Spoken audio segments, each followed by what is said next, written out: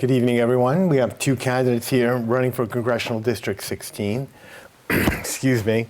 The candidates in order of how they're going to start the evening is Dr. Levitt Flisser and Mr. Latimer. We flipped a coin for the order for opening statements, questions, and closing statements. Each candidate will have 3 minutes for an opening statement. They will have 2 minutes to respond to every question. We collected questions from the, all questions have been submitted prior to the event and have been reviewed by the League. The League of Women Voters grouped together questions of a similar nature.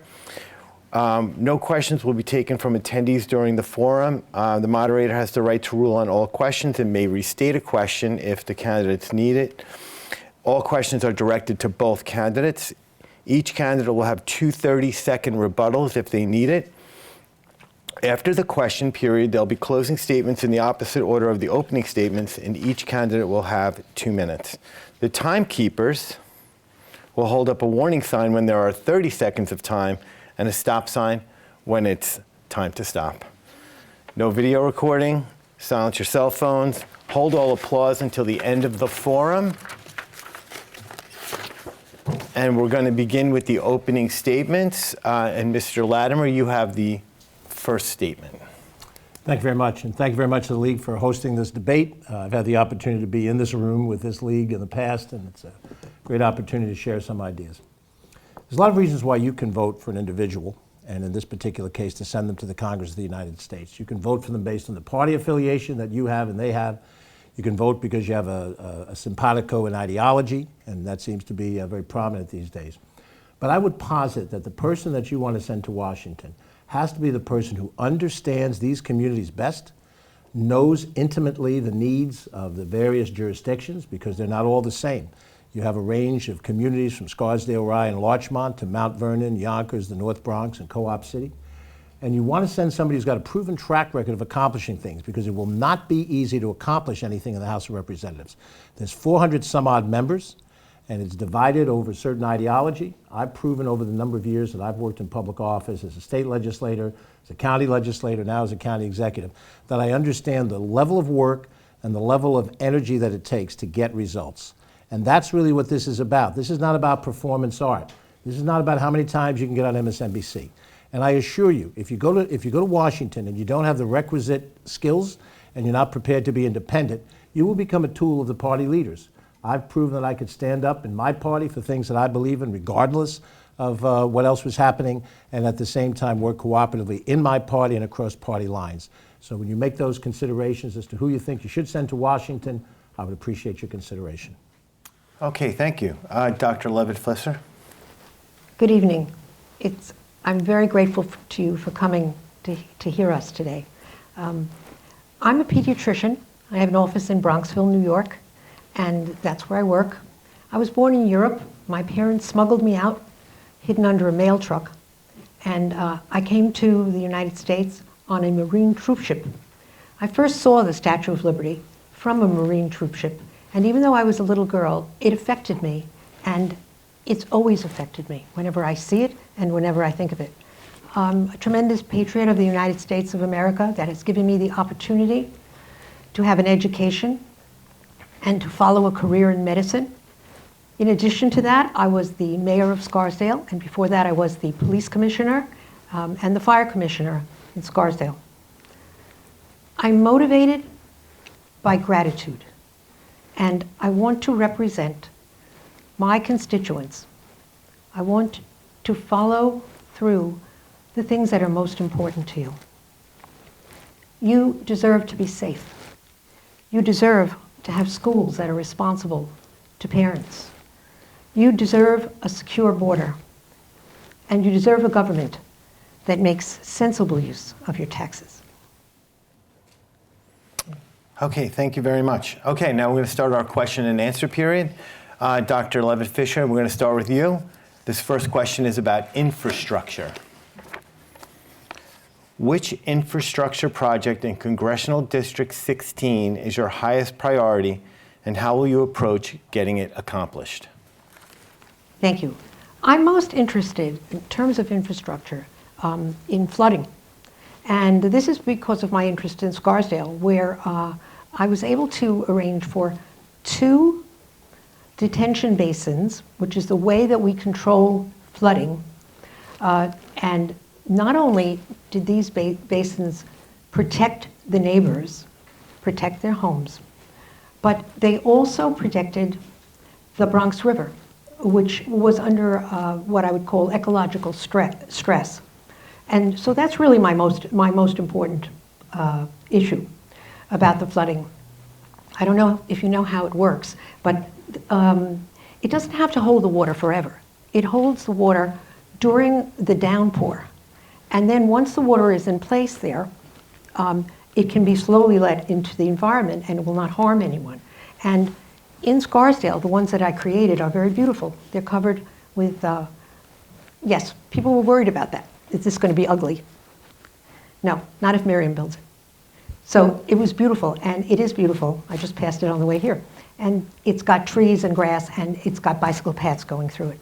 So that's really my major concern for infrastructure. Okay, thank you. Mr. Latimer?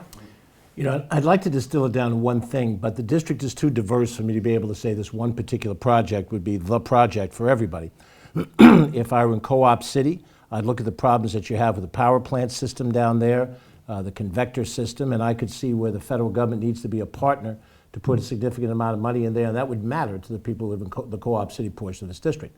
In the city of Yonkers, there's a wastewater treatment plant that the county has that needs upwards of $100 million worth of remediation, A, to ensure that what it sends out into the Hudson River is protected properly, and then also because that plant emits odors and other issues that affect the people who live in that area. And then I could go over to Mamaroneck, where there's been a commitment by the federal government that's never been realized of $88 million for flood remediation in the village of Mamaroneck. It's a significant project at the county level. We've allocated our $17 million and we're spending it. The state's allocated it, but the federal government hasn't. So there are different needs in every different location. We have parkways that are owned by the state of New York. The county owns one of them, Bronx River Parkway. The rest are owned by the state, all of which could use physical improvement. And some of that improvement involves the water next to it, and that's part of the flooding issue as well as the transportation flow issue. So it's difficult to make it singular, and I think it's also important to know that it's not a singular source of dollars that the federal government generates. They have different pockets of money depending on which department you're talking about. There's infrastructure money for affordable housing, and we would have to fight in HUD to get that type of money in order to help advance some of the affordable housing projects we need, because that's a need in parts of this district. But I do understand that the focus of the question is how important infrastructure is. I've made that a critical part of what I've done as county executive. I think those examples are out there. I'm going to get the stop sign in a second, so I'll try to highlight some of that in other questions. Okay, thank you very much. The next question is about free speech. Does the federal government, and it's going to start with you, Mr. Latimer. Yes. Does the federal government have a role in regulating online speech? If so, how would you address concerns about the First Amendment right of free speech? Well, it's clear in our country that free speech, along with free assembly, right to religion, and so forth, are foundational rights. But the courts have ruled over the years that there are limits to free speech. Free speech that becomes libel is not protected speech. Free speech which you exert in a private sector environment where your employer decides to fire you because of that free speech is not protected. So I think there's a test of reasonability in these things. Inciting violence is not acceptable constitutionally protected free speech. The free speech on the internet where people express their opinions about how they think things should be, understandably is their right to express themselves. But when they move into areas where they misrepresent the truth, and it's provable that there's a misrepresentation of the truth, then it becomes something that is negative to the society. Now, the problem is who becomes the thought police. And I'm not fond of having that power in the power of government, because you have to tell me who's going to wield the power. If I think that the federal administration had reasonable people, then I might say yes. But I could wind up with a tyrant as president of the United States. And I don't want them controlling free speech, because they'll control all the free speech that opposes them. So I think it has to be done on a case-by-case basis, and perhaps it would take court action in individual cases to define what levels of speech are free and protected and which ones go beyond that into an area of unprotected. Okay, thank you. Dr. Levitt Flisser, same question. Thank you. I hope that you're aware how rare free speech is in the world. Even our allies, countries like England and Canada, don't have protected free speech the way we do. So this is very important, and it's something that we must always uphold. Now, I don't believe that it can be completely unregulated. For example, you're not allowed to falsely cry fire in a crowded theater. That is not free speech. That is not protected, because if you falsely cry fire, someone may get hurt. Now, that moves me on to the more modern issues that involve this. I do not believe that speech should be allowed as a weapon. And on the internet, it can be weaponized. It can be controlled by our, I don't want to call them enemies, we'll call them rivals. And that, I believe, can harm children. And as I told you, I'm a pediatrician. I do not want children harmed. And I think that deserves to have control. Children have to be protected. And I think that's an important issue. Okay, thank you. The next question is about campaign finance. And it starts with you, Dr. Levitt, Flisser. What campaign finance reforms, if any, would you advocate for if you were elected to Congress? Well, let me talk about a New York State one that's making me very angry. Right now, in New York State, you can use a grant from New York State, which is funded by your tax money, for campaign funds. So you have to raise a certain amount of money, and then the state will meet that amount and give it to you, and you can use it to buy these palm cards and signs and other things that I think are really somewhat a waste of my tax money. I don't believe that that should be permitted. I think that money that is raised for campaigns is perfectly acceptable, but I do not think that money that's taken from taxpayers should be moved into this. And I believe that the reason for this rule, this law, which is a New York State law, is because they want to guarantee that the folks who pass this law have the money so they can be reelected. Therefore, I'm against it. Thank you very much. Mr. Latimer? Yeah, the question was posed about campaign finance. We're running for Congress, not for the New York State Legislature. The two Supreme Court decisions that I think have hurt our ability to regulate the amount of campaign financing. There was one, I believe, in 1976 called Buckley versus Vallejo, and then more recently, Citizens United. And in those two regulations, the Supreme Court has basically been upheld that the spending of money is the same as free speech, meaning that those who have more money can spend more of it in a campaign. If what you're looking for is a less obtrusive campaign system, you cannot restrict the amount of money you spend overall with those two Supreme Court decisions in place. And if what you're looking for is to get big money out of politics, which you hear that phrase all the time, you're going to have a difficulty doing that because those two Supreme Court decisions make it impossible to do that. I would like to see legislation that would limit the amount of money that you can spend in a campaign. And I have been, in the majority of my campaigns, outspent by my opponents. Three state Senate races, my first race for county executive, I was hugely outspent. I know the campaign spending in the primary became quite an issue. First time in my life that I ever outspent an opponent in a magnitude campaign. But the bottom line is, it's not good for the democracy to have that much money being spent. And I would agree that I would prefer not to have public spending in the campaign per se if you could regulate the total amount of spending.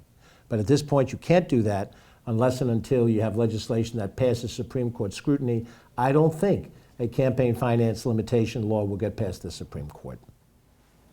Okay, thank you. Dr. Levitt, Flisser? Oh, you did the I'm sorry. I'm on the wrong page already.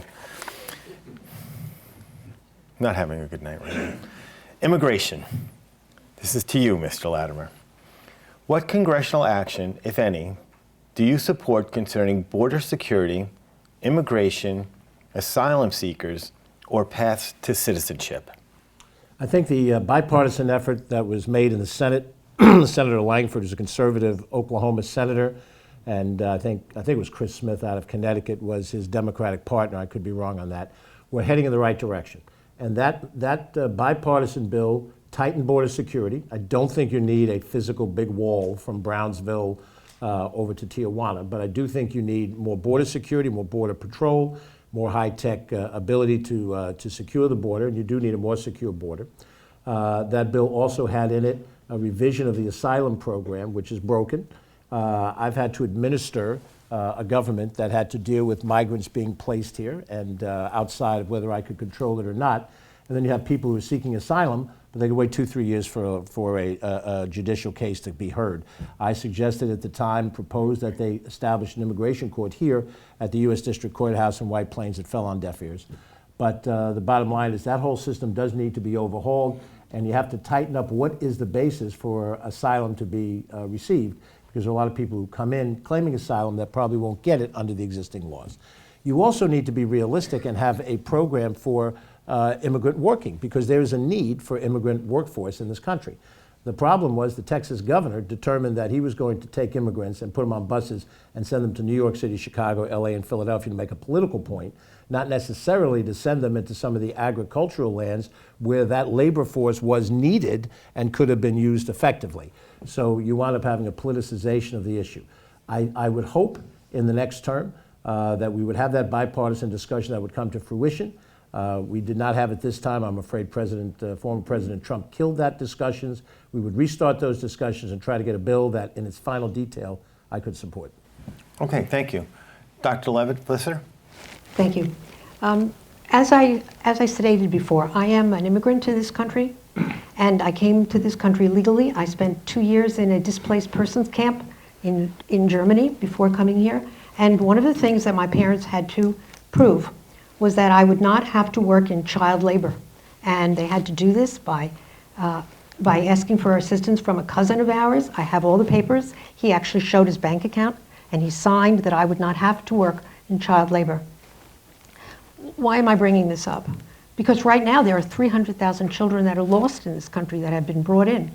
And child labor, more horrible things than that are happening to them. And I'm very much opposed to that. I believe in a secure border, and I believe that children that are brought in should be brought in under the conditions that I was brought in, with a proper policy and proper procedure. If you just allow an open border, you will have the outcomes that we have here. I think that's very important, and that's what I would really work for. I also am against the increase in crime that's been associated with increased immigration. I think it's not sustainable for us to bring so many people into the country, and although people will say that crime has not increased, it's perhaps it's reported crime that has not increased. As I said, I was a police commissioner, and I do know that the reporting of crime has decreased. So therefore, those are my feelings about immigration. I think it's very important, and I think America, a wonderful country who wants to help everybody, has to do it in the right way. Okay, thank you. Gun rights legislation. And this is to you, Dr. Levitt, Flisser. What national gun legislation, if any, do you believe could garner bipartisan support in a closely divided Congress? I think the most important thing in gun control is to keep guns out of criminals' hands. I believe that there is a constitutional right, and if my parents, who were honorable people, had not been armed, I would not be alive, and we would not have survived. And the way my parents were armed was because the OSS, that's the American representatives in Europe during the war, armed them. And so I am against taking arms away from people who have the right to own them. People who are not criminals, people who register them properly, take care of them properly. There are all sorts of regulations. And that's the kind of reasonable gun control law that I would like to see. Okay, thank you. Mr. Latimer? I want to try to answer these questions with specificity here. There's no proposal to take guns away from people.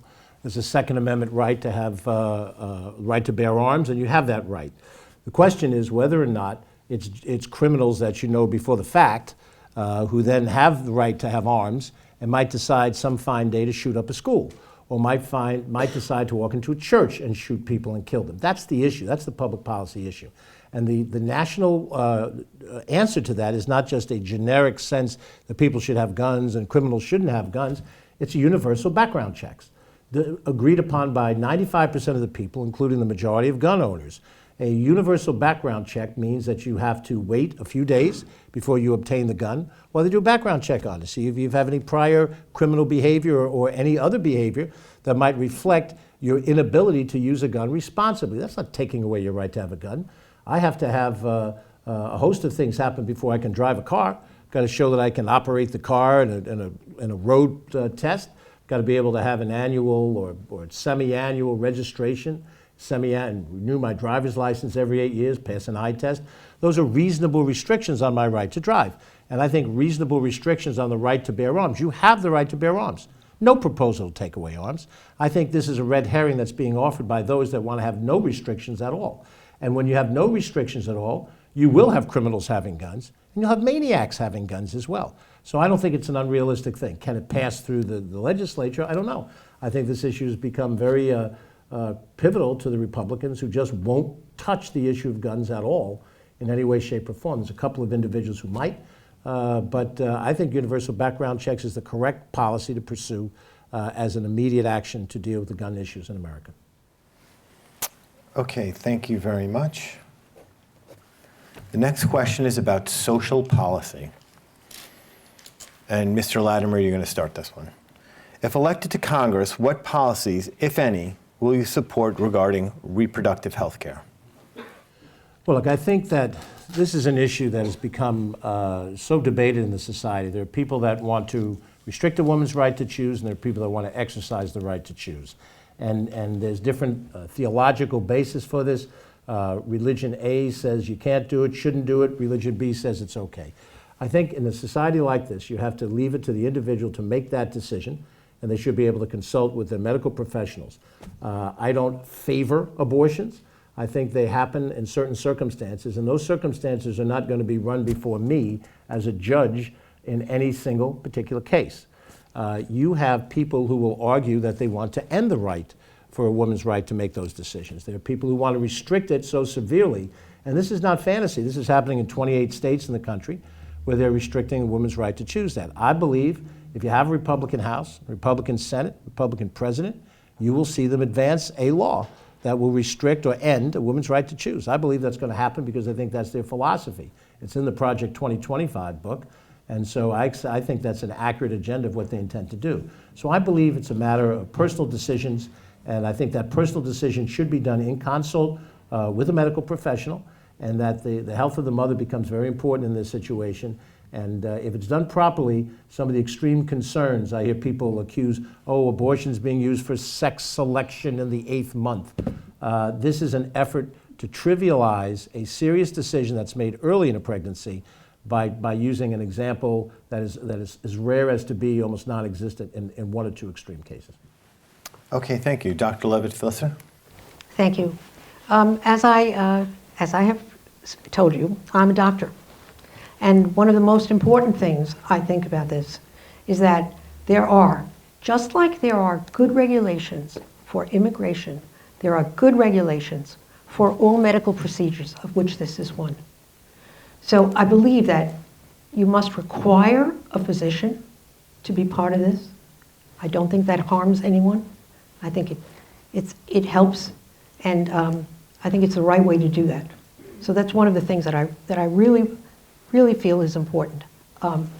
I myself have carried an infant, right, who the pregnancy was terminated because of severe danger to the mother's life.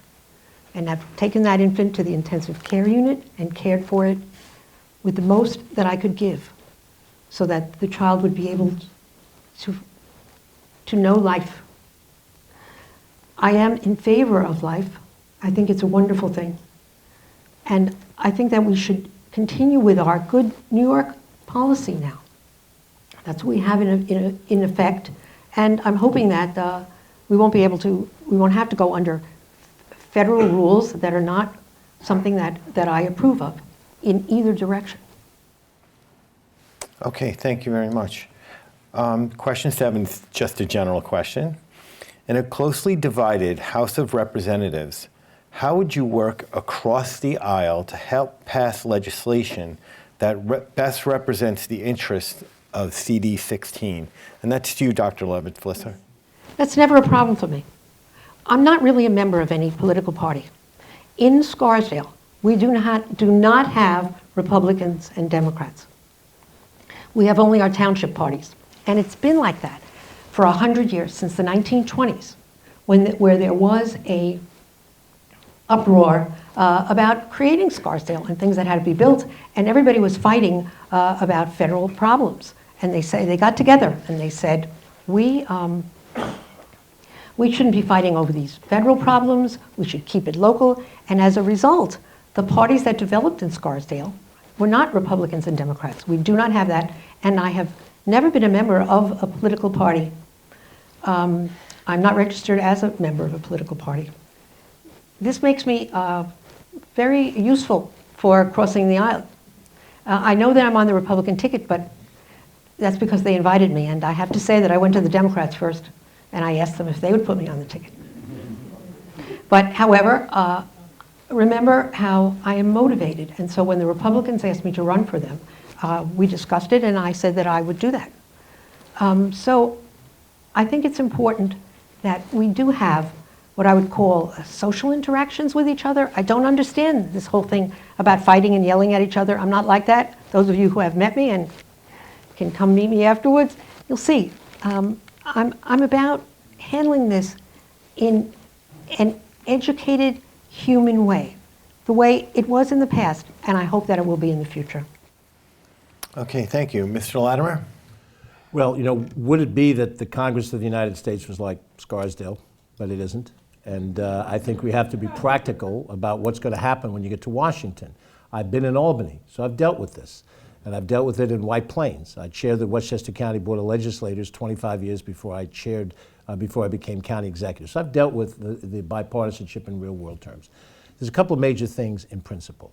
The first most important thing is that you treat people across the aisle with respect, that you begin the process by talking between Republicans and Democrats.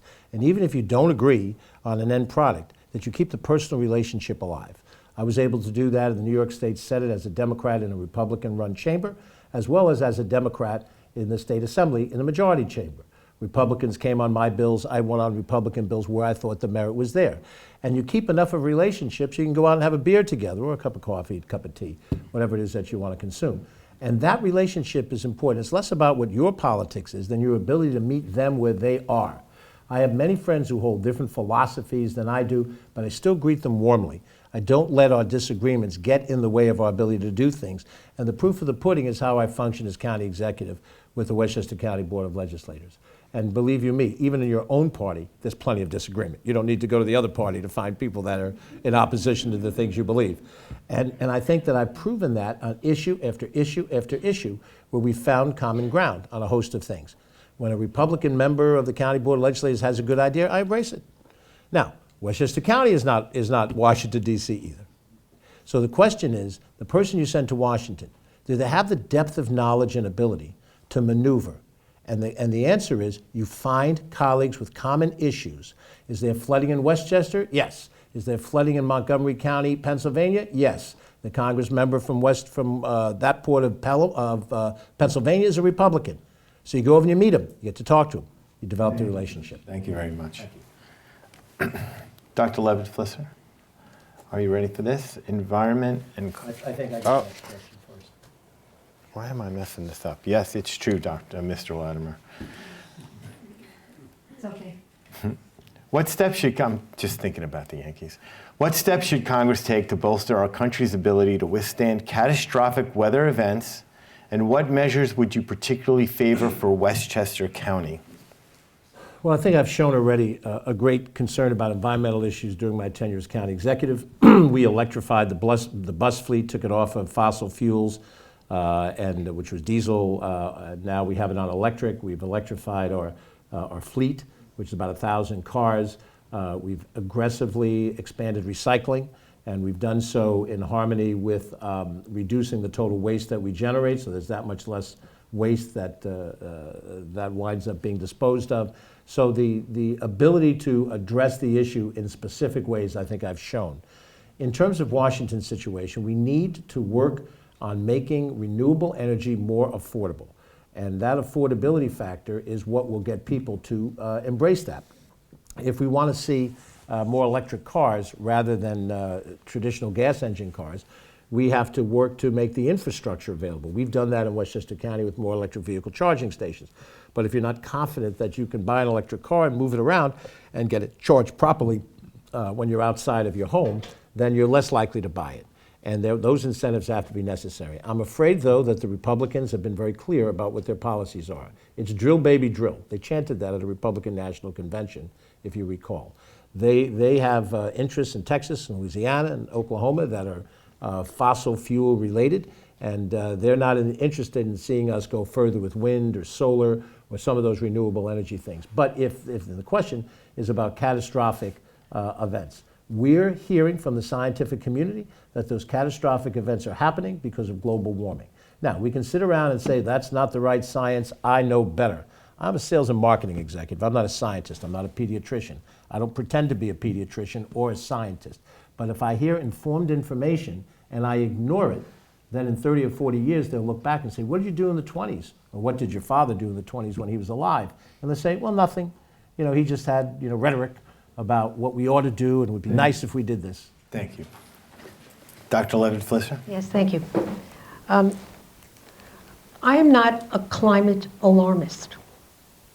I think that these new engines that have been developed are not at a stage yet where they can be used properly. They can't be supported, and it's way too early to take away our cars. And I think that that is an issue that we have. Now, I think that we should have alternative ways of traveling, right, such as excellent public transportation, et cetera. But I certainly don't think that the rules should take away our automobiles, especially since we do have fuel available. So I think this is a very important part of it. It's an economic burden on the United States, and it's also an environmental burden, because we have to focus in on issues that will take time. I don't believe that these alternative methods are better, more efficient, or even safer. I think that takes time in science to produce, and we're not ready for that yet. I'd like to use one of my rebuttals. Sure thing. First of all, there's no proposal to take away your cars. Let's be clear about that. Just like taking away your guns. That's a false argument. It's a straw man argument. It is foolish to deny that there's climate change. It's foolish. And if we ignore it and we say, well, I don't think we're ready yet for that, we're playing into the do-nothingism that will create a climate catastrophe. I may not live to see it. Maybe you won't live to see it. But there'll be no excuse for minimizing what we're seeing. We're seeing higher temperatures. We're seeing more intense rainstorms. Okay, thanks, Mr. Latimer. Okay, this starts with you, Dr. Levitt Flisser. This is on foreign affairs. What do you see as the greatest national security threat to the United States? And what role does Congress have in addressing that threat? The greatest national security threat is our position in the world. We must be the world leaders. We cannot be secondary to other countries because we are a democracy, a constitutional republic. We have to be the world leaders. And that is a very serious problem for us. We must make sure that we have the proper military force and fuel and everything necessary to protect ourselves and our allies.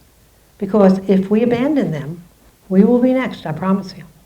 So I think that that's really the major issue for us on the international scene, that we must maintain the positions that we had, because we're right. When we go to another country, for whatever reason, we always leave it better, not worse. And that's the way the world should be. We should be the wonderful agents of democracy and of better quality of lives for the people around us, and not cede that. And I think in order to do that, we can keep our strength and keep our philosophy strong. Okay, thank you. Mr. Latimer? Well, first thing, we shouldn't abandon Ukraine then and turn it over to Vladimir Putin. And if we turn Ukraine over, we're not showing strength, we're showing weakness. We're telling that Scandinavia and Eastern European countries that America won't stand behind them. When we tell NATO countries that if you don't pay, we're not going to protect you, and that the Russian bear can start to move on you, and if we do that, if we let Ukraine go in the first one day that will end the war, what are we telling South Korea about our willingness to stand up to protect South Korea? What about our willingness to do anything on Taiwan? We're sending a message of weakness, masked as strength. It's masked as America first. It's not America first. It's America last. We'll be the last domino to fall when we stop defending democracies. And it's out of that experience that I also feel we have to defend the democracy of Israel. Doesn't mean we rubber stamp every policy of Israel, but it does mean that they are a democracy in the Middle East. And in the same way that we stand by Ukraine, we should stand by Israel. And in the same way that we stand by Israel, we should stand by Ukraine. I think that we've shown strength in what we've tried to do worldwide. And I think the greatest threat, which was your question, is the combination of totalitarian governments in China, Russia, North Korea, and Iran. By the way, Ronald Reagan, a Republican president, called them the axis of evil. He was right. And they are the axis of evil. And if we don't stand up, and if we don't put the money necessary, then we have a long, dark night. So we let the environmental issues deteriorate, and we let our foreign affairs deteriorate. It's foolishness. It's foolishness. Thank you. Next question is on Social Security. What measures, if any, would you propose to ensure sufficient funding for Social Security for the long term? And this goes to you, Mr. Latimer. Well, my understanding is that the Social Security Fund is compromised in roughly 10 years. Since I intend to be alive in 10 years, I don't want to see it compromised. That's supposed to be funny, folks. The restructuring of the fund is most likely going to be something that's discussed at the same time that we'll be discussing the reauthorization of the Trump tax cuts. Now, the Trump tax cuts, which also got rid of the SALT deduction, which is a terrible mistake, raising our taxes, which I hope we can restore. The Trump tax cuts were for 5 years targeted for the wealthiest of Americans. The corporate ones are not on the table, but they should be on the table. And restructuring those tax cuts to reach the middle class and seeing if there's resources within that revenue to be able to start the process of protecting the Social Security Fund for a longer period of time. I don't know how long a period of time legislation can project forward. If we can take the 10-year deadline and turn it into a 25-year deadline, knowing that some future American decision makers will have to figure out financially what happens when you get to year 25 or year 30. But I would say that's the first start of what we have to look at. But keeping in mind that there are people who are surviving on Social Security, and we cannot talk about cutting back those benefits. There's still people out there, and they're mostly on the Republican side, that argue that Social Security shouldn't have happened in the first place, or it should be optional, and people should buy into Social Security. That's not going to work for the vast majority of Americans that age. So I think we have to look at restructuring the fund over an extended period of time, and I would just defer to the fact that I'm not in Congress, and I'm not looking at the actual legislation. I assume if that comes to pass, I would be conversant on the specifics of the numbers. Okay, thank you. Dr. Levitt Flisser? Thank you. Last week at the hospital, I certified in a process that we have to be sure that our patients have no need for food. In other words, that they don't lack funds to have food. And it's already set up. That's why I went to the hospital to learn how to do it. And I'm not talking about nutrition, special nutrition for special diseases. I'm talking about the fact that we detected at the hospital that people were having food insufficiency. And the reason I'm telling you this is because there were two groups that were most likely to have food insufficiency. And one was pregnant women with small children, and the other one was, much to my surprise, people over 65. And that's why I bring this up here, because these are folks who are receiving Social Security, and yet they cannot manage their food needs with the funds that they have. And by the way, the hospital does have a procedure for getting them foods. It involves agencies that produce food and charities, et cetera. And what I learned how to do was how to do that sort of automatically through the computers so that it would take place immediately, because it was taking too long to get into place, and now we've got it. So what I'm trying to say is, of course, we have to protect our seniors, and they should not be the ones at risk. And therefore, I do support reworking this in any way. And I do point out that allowing people to come into the country who have not contributed to this is a dangerous thing, because the numbers are unsustainable, and we will not be able to do it. So it's something we really have to work on in Washington and the way I'm doing it here locally as well. Okay, thank you very much. The next question is economy and taxes. We sort of just talked about this. Tax cuts enacted in 2017 will expire soon. Which of those provisions would you renew and or allow to expire, and why? Dr. Levitt Flisser? Yes. There was a lot of discussion recently about the SALT tax cap, which is associated with this because it was changed because of this tax cut and whether or not it should be continued. I don't know if you know what it means. SALT, right? It means state and local taxes. And for 100 years, since the 1920s, for 100 years, that was a tax deduction that people were allowed to take from their federal taxes. And they would, as long as they itemized their taxes, they were able to take the tax deduction for 100 years.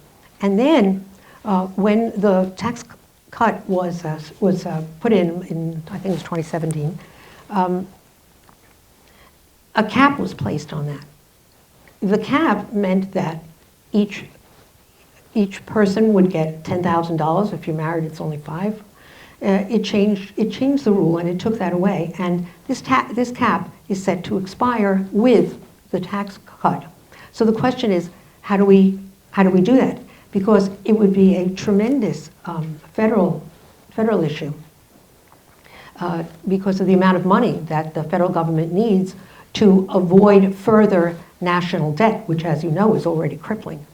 Now, I can't give you an exact way to do it because it takes a tremendous amount of work from both sides of the aisle to do this. But certainly, the business of the tax cap is something that's very important for us to review. Okay, thank you. Mr. Latimer. Well, as I've said, I would favor full restoration of the SALT deduction. I don't know if that's possible given the dollars and cents, which we'd have to take a hard look at. The overall Trump tax cuts, and it was passed by Donald Trump and Republican controls of the House and the Senate. Let's be clear about that. That's what implemented this change. And it was done in a way to be punitive because it generally affected blue states to the greater extent. The Trump tax cuts benefit upper-end wage earners or wealth earners and benefited them by reducing their tax rates down to a certain level. That benefit has been in place for 5 years. I would argue that benefit has satisfactorily incentivized that level of taxpayer. And what you need to do is shift the tax cuts now to people who we would call middle class. And that's a vague number. We'd have to go through numbers, and it might look like upper middle class. Some people think that middle class in Westchester County is upper class in Yuma, Arizona, because of the relative cost of living here versus there. But that is part of the formula of what has to be dealt with. And keep in mind that as we reshift this thing, we're not only looking for fairness, we're looking to make sure that we address what tax cuts try to incent in the society. If you incent people who are middle class or lower middle class, they tend to take the financial benefit and spend it back into the society because they didn't buy a refrigerator that they needed, they didn't have the money for it. You give them the tax cut, and now they're out consuming, and that helps jumpstart the economy. They're not taking the tax cut and banking it away to have an even higher level of asset on hand. So I do think that it's going to be very complicated. It's going to involve lots of different dollars and cents, and there will be a regional battle about this because those states, primarily red states, but some rural blue states, don't want to change it because they're the beneficiaries of it. They get more money from the federal government than they pay in, and they're benefiting from this tax change. Thank you very much. Okay, Mr. Latimer, this one's going to start with you. It's about health care. Is the Affordable Care Act effective in its current form? If so, why? If not, what improvements can be made? Well, I think the Affordable Health Care Act has helped millions of people afford medical coverage that didn't have it. And when I hear the other side talking about we want to get rid of it and we're going to replace it with something, the most recent phrase I heard is, I have a concept of an idea. You're going to take away medical benefits from people that need it, and the replacement is a concept. I have an idea of a concept. That's not a plan. And of course, when it was implemented over the opposition of Republicans, and then in their first opportunity, they repealed it 18 times without a replacement to it. So I do think that there needs to be a hard review of it. It's been around now for a decade plus, and determine whether all the provisions of that law are effective and if it can be enhanced in any way. But obviously, it depends on the available money that you have because that program costs the federal government money to be able to implement. I also think that it's very important that the federal government uses its leverage, not exactly the Affordable Care Act alone, but to use its leverage to negotiate for lower prices for the variety of different pharmaceuticals that people need in advancing age. And I hear stories about them wanting to, the leadership of the other side wants to change things. There's a $35 cap on insulin costs that they want to raise. I think a lot of these decisions are being made without the benefit of the average person in mind. But how we look at the Affordable Care Act will probably come in harmony with what gets discussed on the Trump tax cap, because both of them represent financial impacts on the budget, and you can't look at one thing alone without looking at the other one and determine which of those things are going to interact with the level of taxation that you have. Okay, thank you. Dr. Levitt Flisser? Yes. I'm a doctor in practice. So, of course, I believe that everybody should have access to the health care that they need. I think that's a very important thing. And I think that we have to realize what the structure is for that. Just like the failure of the immigration policy and what I would call our international policies, just like those failures, there's a failure in the healthcare policy too, and it has to be reworked. I do not believe in working towards a single payer. I think we should have freedom and choose the kind of policies that we want, and I think our employers should have freedom to choose policies for us as well. Plus, the bureaucracy that comes along with this, you have no idea how much time. There are two things that doctors spend their time on, not the patients. Two things that we do. Number one, we've got to fulfill the bureaucratic billing process, which is incredibly complicated, right? And the second thing is we have to cover ourselves against the outside chance that there will be a lawsuit. And so what we do is we raise the cost of medical care enormously, both by keeping ridiculous records, but more than that, by actually ordering tests. And there are people there are studies on this. There are people that have 60 to 70% of the tests that they need, that they order, are not necessary for making the diagnosis. They're only there to protect the doctor. So if something comes up, we can point at it. That's a terrible way to practice. It's very, very difficult, and something has to be done about it. Okay, thank you. The next question is about the Supreme Court. Dr. Levitt Flisser, you're going to start this question off. Should Congress institute changes to the Supreme Court, such as increasing the number of justices, sometimes referred to as court packing, enacting term limits, or legislatively imposing ethical standards? Why or why not? Dr. Levitt Flisser. When we studied the structure of the government, we were taught about the three phases of it, right? The three institutions of it. I do not think that Congress should pack the court. Haven't we been through this before? Wasn't it during Roosevelt when that was tried, right? I'm against that.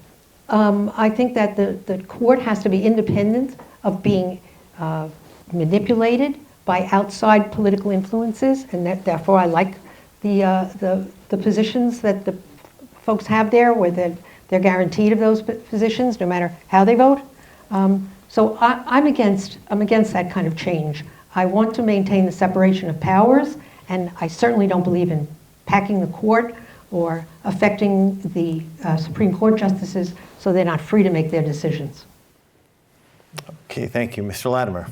Well, we agree that we should not increase the size of the court. I would not support adding more judges. I think that the people who propose that hope that there'd be a change in the construct of the court, but who's the president? Who's the Senate majority? You might wind up with more judges that you don't like. So I don't think the changing of the structure makes any sense. We agree on that. We don't agree, if I understand Miriam's position, that there shouldn't be ethical standards adopted. There are ethical standards that need to be adopted and enforced for the executive branch, for the legislative branch, and the judicial branch, for all three branches. I know the court has ruled that the president is immune from prosecution. I don't believe that's true. I think it depends on what you did. If you shot somebody dead and you murdered somebody, you're not free from that. But I do think ethical standards should be established. And I do think there should be limits to the length of terms of a Supreme Court judge, and they're eligible for reappointment when that term comes to an end. That is exactly how our whole state court system exists. You're going to go to the polls in a few weeks, vote for county court judge, family court judges, and state Supreme Court judges, and every one of them has limits to their terms, 14 years, 10 years, 10 years. So I don't think that compromises their independence. In fact, what we're arguing is free from influence means actually free from accountability. You have Supreme Court judges, because they don't have to go before any scrutiny, that now have done things that are ethically suspect. And there's no recourse. There's no way to say you shouldn't have done that. You shouldn't have taken that benefit. So I do think there's a need for ethical standards. And I do think if you said to a judge, you serve for arbitrary number, 15 years, and then in 15 years, if you're still able to continue, a future president can reappoint you to another 15-year term. I don't think that's unrealistic. And I think that would probably give the opportunity for there to be a reasonable amount of turnover. By the way, I support term limits for county executives. I imposed it on myself. How many people do that? Okay, thank you. The next question is about affordable housing. It's going to be to you, Mr. Latimer. Is affordable housing a federal, state, or local issue to regulate? What do you think is the cause of our current housing shortage? Well, first of all, it's not about regulation, it's about incentivizing it. Right now, if you have an open piece of land in a desirable county like Westchester County, there's going to be demand to develop it. The power in New York State resides with the local government for local zoning authority. Miriam had that power when she served on the Scarsdale Village Board. I had that power when I served on the Rise City Council. I do not have that power as county executive. It belongs to each of the different municipalities under the New York State law. I would not change that. However, we know we need more affordable housing to meet the needs that we have. So what we do in New York State is that the county and the state government and the federal government has been absent to the greater extent in this area. In some ways they've been involved, but not as much as they should be. We help incentivize the building of affordable housing because it is more expensive to build a building and then provide it at a low level of rental because you're not getting the revenue in to pay the financing note that you use to build the building. So it makes logical sense. You need some incentive, some bridging of a gap with money. The county has allocated more money in my tenure than in any prior administration, and we have the results to prove it. In round numbers, 2,500 affordable units online, not as much as we need, but we were able to do that in a reasonable way. And in every one of those cases, we did it with the support of the local government. There was no big, bad government that came in and told the local government what to do. We worked cooperatively with those local governments to build that housing. We've got another 4,000 in the pipeline. If you assume even half of them happen, That's another 2,000 units. The federal government's role, in my judgment, is to financially help incentivize it. And what I would do as a Congress member is to know which projects are happening in which communities. I've been involved in projects personally and directly in Yonkers, Portchester, New Rochelle, Greenburgh, Harrison, Tarrytown, Sleepy Hollow. The narrative that Westchester is hostile, the suburbs are hostile to affordable housing, that's a narrative written by people in Manhattan because we don't look like Manhattan. But we can do more affordable housing, and we can reach the goals that we need. We don't have to do it by overriding local zoning, but we do need to do it by creating a cooperative, let me just finish my thought, a cooperative relationship. Thank you. Dr. Levitt Flisser? Thank you. The most important thing is to preserve our local zoning laws. That is the critical thing. I know because I was a mayor and I had to fight.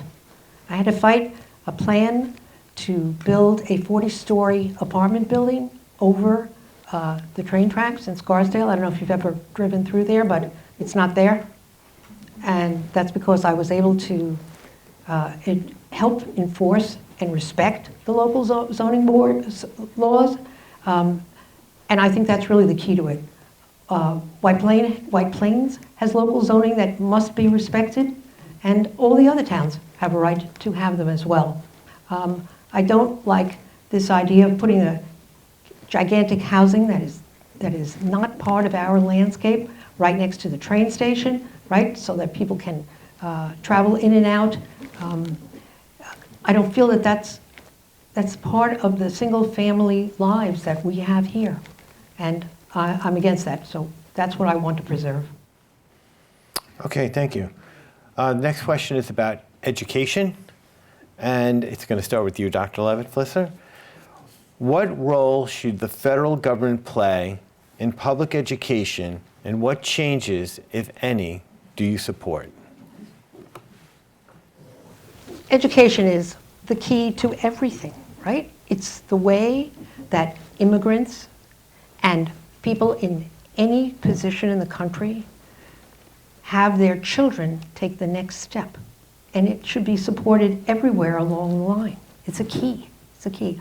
I was recently learning about the historical black universities and colleges in America, and they received some grants from the federal government, and that's the same as investing money. It's not the same as spending money. You put the money into these colleges. The colleges have the greatest percentage of first time in a family people going for higher education. They have great percentages of that. And so they need more support than families that already have been through this process.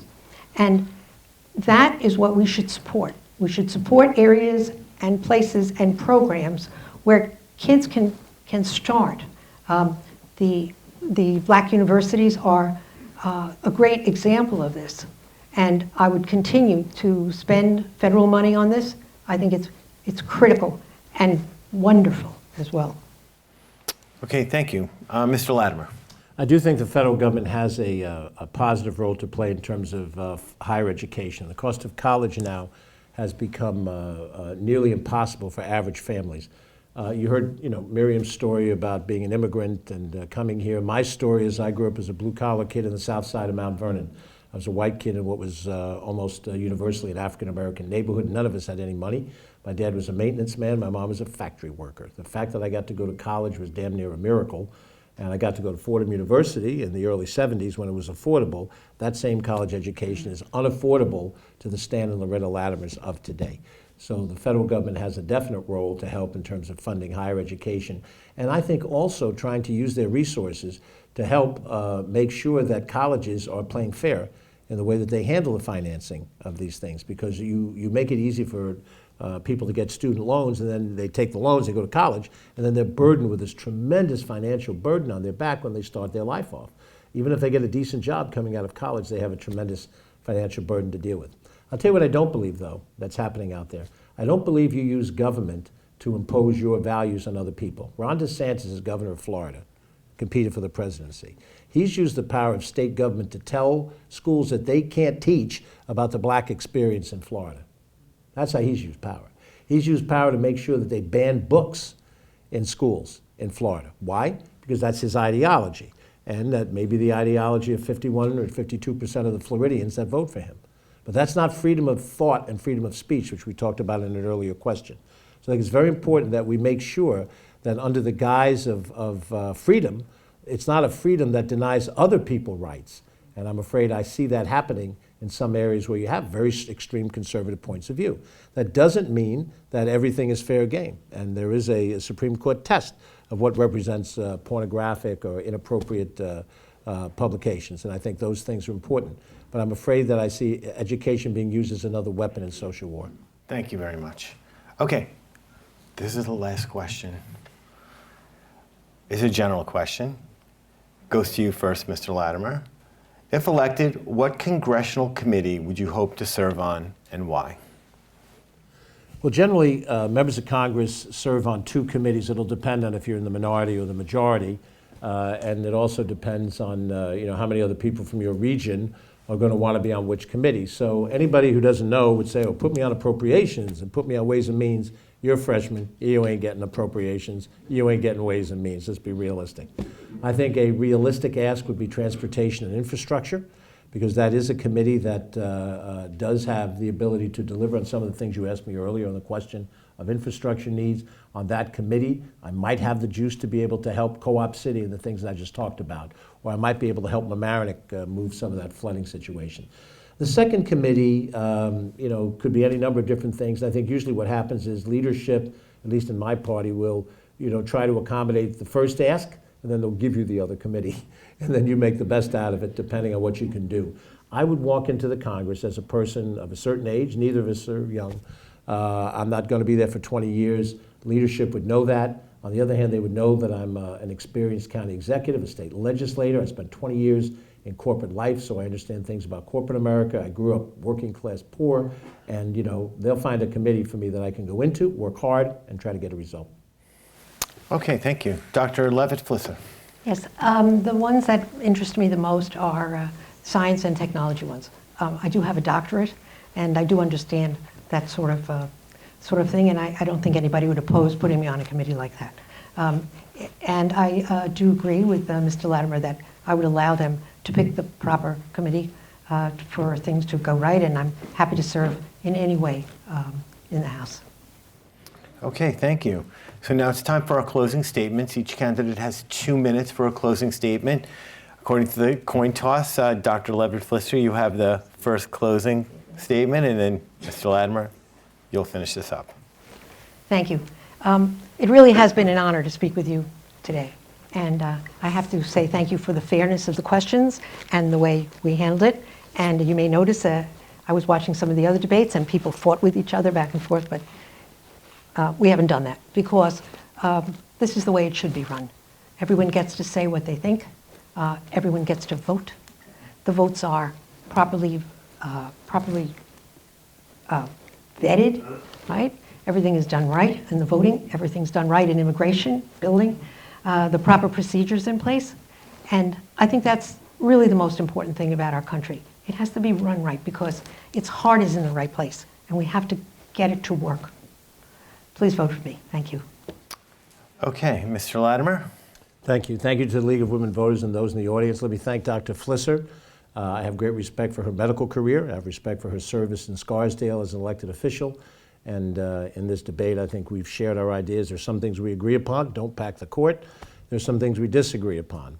Climate change and universal background checks and so forth. But that's all within the proper dialogue of democracy. And so I appreciate Dr. Flisser's presence here. Obviously, I had a primary earlier this year, and perhaps that wasn't quite the same experience.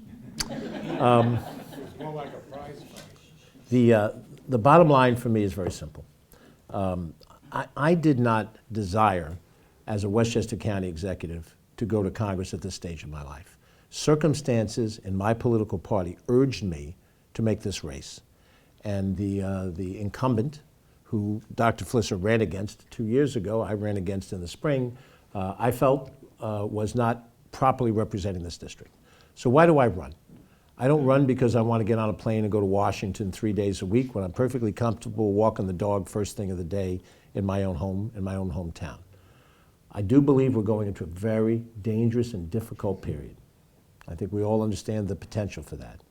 I go to Washington not as a know-it-all, but I obviously know what I know. And I'm prepared to negotiate and work across the aisle and show respect to Republican and conservative colleagues, even if I disagree with them, but to still listen to them and talk to them. And if we can find common ground on immigration, on flooding, on these things, then that will be a productive use of my time, whether it's 2 years or any other length of time with that. And if it doesn't turn out that I'm elected, then I've been given a great gift by the people of Westchester. You sent me to my home council all those years ago. You sent me to White Plains as a legislator. You sent me to Albany in both houses. And you sent me back to White Plains to run the county government. And I've tried to show every day in public office that I was deeply committed to end results and to do my job. That's what I intend to do in Washington. Okay, thank you very much. Let's applaud both our candidates.